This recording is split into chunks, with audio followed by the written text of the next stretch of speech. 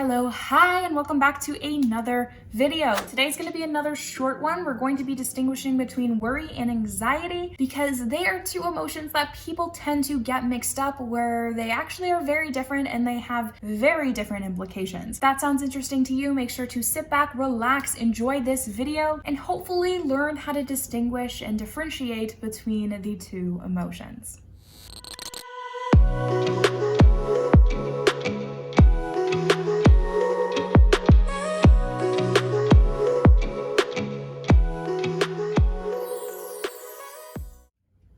All right, let's begin with a definition of worry. Worry is defined as feeling mentally troubled or concerned about what is happening or might happen. And so now let's contrast that with the definition for anxiety. Anxiety is defined as an emotion characterized by feelings of tension, worried thoughts, and physical changes such as increased blood pressure. So interestingly, we see that worry is actually a symptom of anxiety. And we can also see that worry tends to stay in our minds, whereas anxiety seems to transfer to our entire body, sometimes giving us somatic symptoms of nausea or gastrointestinal problems or elevated heart rate, anything like that. If it's leaving your head, if it's not just a thought anymore, but now it's actually afflicting your physical body, that is more likely to be anxiety over worry. Worries are also usually specific to one concern, whereas anxiety seems to be highly generalized, and often individuals don't even know what they're anxious about. They just feel incredibly anxious. And now this isn't always the case. Can be anxious about a specific event, but more generally speaking, worries are about a specific thing that might be happening in the future. Anxiety is very much more generalized to, situations or life in general. And worries are more likely to be grounded in reality, whereas anxieties are often due to catastrophic thinking or are completely unrealistic. And you're going to see an over exaggeration of risk when we're talking about anxiety. It's very normal and adaptive to be worried about a tornado coming in when you're sitting in a tornado watch. It's less adaptive if you're planning a beach day and you are terrified that there's going to be a natural disaster of some kind, even though there's no indication that there will be. It seems to impair your functioning, which goes into the next point.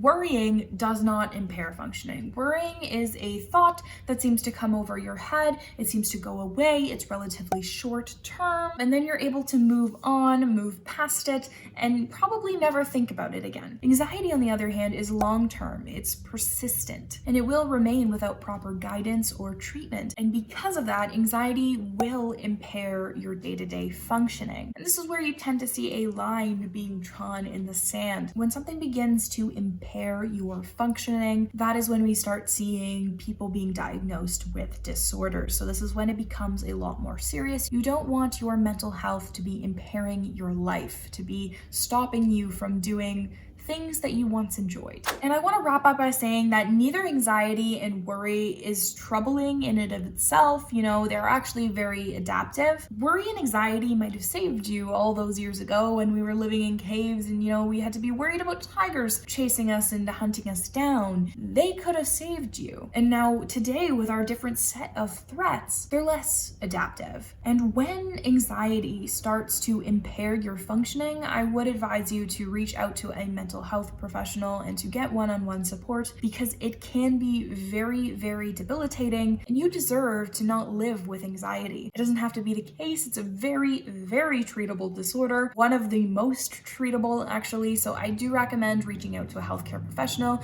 when you feel able to do so. Other than that, that wraps up my video. Thanks for watching. I hope you learned something. I'm hoping that you can walk away from this video with a little bit more of a clear perspective on the differences between worry and anxiety. If you did like this video, give it a thumbs up. If you really enjoyed it, make sure to click that subscribe button. Join me here on Methodically Maya. It would make my day. And yes, I think that's all for me. Stay safe and stay happy, and I will see you again on Monday.